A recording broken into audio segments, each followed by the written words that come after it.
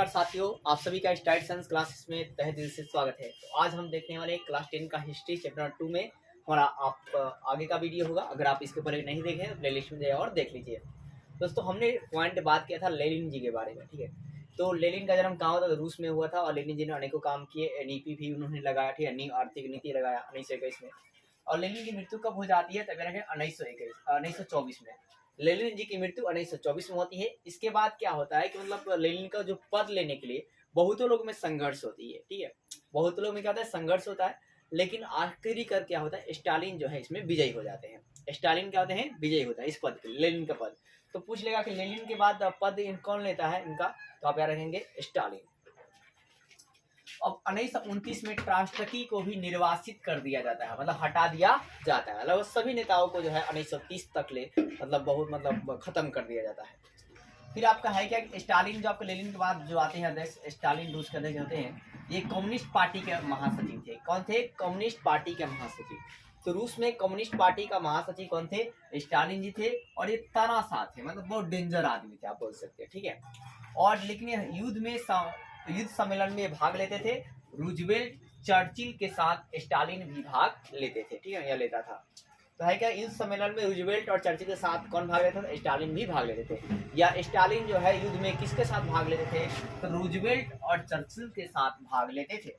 फिर second world war में रूस जो है महाशक्ति माना लगा। सेकेंड वर्ल्ड वार के बाद जो है रूस को महाशक्ति जो है माने जाने लगा। और स्टालिन जी की मृत्यु कब हो जाती है? 1953 में। कब होता है दोस्तों? 1953 में स्टालिन जी की मृत्यु होती है। आपने क्या देखा कि लेनिन की मृत्यु 1924 में होती है। इनके मृत्यु के बाद बहुत सारे संघर्ष होते हैं। आखिरी कर स्टालिन इनका पद ले लेता है। 1929 में ट्रांस्टकी को निर्वासित कर दिया, मतलब खत्म करते हैं। और 1930 में सभी नेताओं को बहुत मारा जाता है, कुटाया जाता है। स्टालिन कम्युनिस्ट पार्टी के महासचिव थे, तानाशाह थे। और युद्ध सम्मेलन में रूजवेल्ट और चर्चिल के साथ स्टालिन भाग लेते थे। और सेकेंड वर्ल्ड वार में रूस जो है महासचिव जो है महाशक्ति के रूप में माना जाता है। और स्टालिन की मृत्यु 1953 में हो जाती है। उस क्रांति का प्रभाव क्या पड़ा? तो रूसी क्रांति के बाद जो है श्रमिक और सरबराह वर्ग का शासन जो है रूस में स्थापित होता है। तो रूसी क्रांति के बाद जो है रूस में किसका शासन स्थापित होता है? तो श्रमिक वर्ग या सरबराह वर्ग का जो है शासन स्थापित होता है। और है क्या दोस्तों कि मिखाइल गोवाचो को 1985 में राष्ट्रपति बने। तो आपसे पूछ लिया जाएगा कि रूस के 1985 में राष्ट्रपति कौन बने? तो मिखाइल गोवाचो बने। और इनकी अवधारणा इन्होंने क्या पेश किया?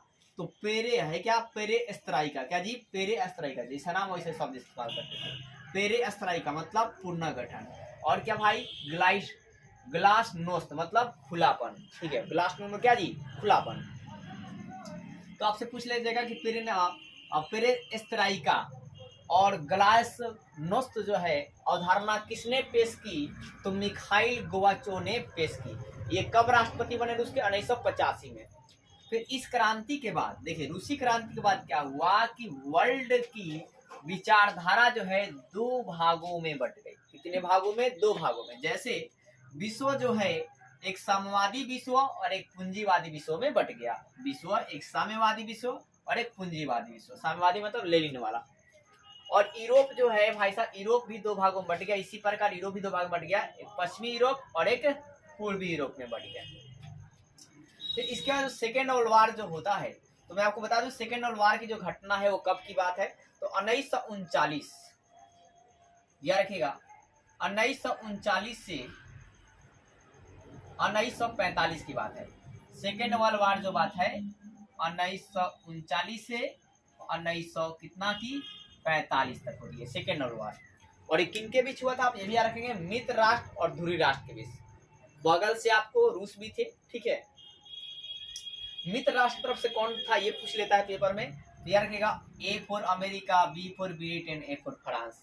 अमेरिका, ब्रिटेन, फ्रांस, ठीक है। अमेरिका, ब्रिटेन, फ्रांस, एबीसीडी पहली लाइन वाला रहते हैं मित्र राष्ट्र में, ठीक है ना। तो अमेरिका, ब्रिटेन, फ्रांस, ठीक है। अब इधर ध्रुवी राष्ट्र की तरफ कौन था? तो GHI, इधर ABF और इधर GHI, मतलब जर्मनी, जापान, इटली। कौन थे? जर्मनी, जापान और क्या जी? इटली था, ठीक है।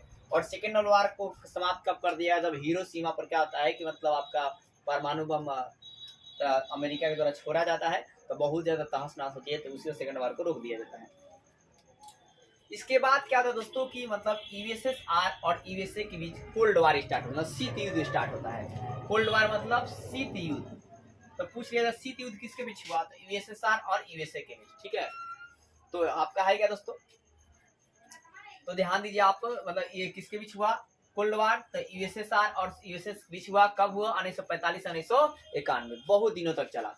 और ये दोनों महाशक्ति थे, ये अपने पावर को बढ़ाना चाहते थे और यूएसए भी अपना पावर बनाना चाहता है। ये भी बहुत सारे मतलब हथियार खरीदते थे, ये भी बहुत सारे हथियार खरीदते थे, ये भी बहुत सारे हथियार बना रहे थे, ये भी बहुत सारे हथियार को बनाते थे। ये भी अपने सेना पर ज्यादा खर्चा कर रहे थे, ये भी अपने सेना पर ज्यादा खर्चा करते थे। और ये आपका है क्या कि लड़ तो रहे थे ऐसे मतलब इनडायरेक्टली, लेकिन टारगेट दूसरे को बनाते थे कोल्ड वार में। अब है क्या एशिया, देखिए तो है कि एशिया और अफ्रीका में उपनिवेश से भी रूसी क्रांति के कारण क्या हुआ, एशिया और अफ्रीका उपनिवेश से क्या हो गया, मुक्त हो गया। इसका कारण क्यों मुक्त हो गया, कि जिसका समर्थन में कौन था, यूएसएसआर था। मतलब एशिया और अफ्रीका को मुक्त कराने में समर्थन कौन दिया दोस्तों, तो यूएसएसआर था, यानी कि सोवियत संघ था, सोवियत संघ था। तो उम्मीद करता हूँ दोस्तों आप आप ये समझ चुके होंगे। फर्स्ट वर्ल्ड वार आप कमेंट करके बताइए कि कब हुआ था दोस्तों, इसके पीछे वीडियो हमने बताया था।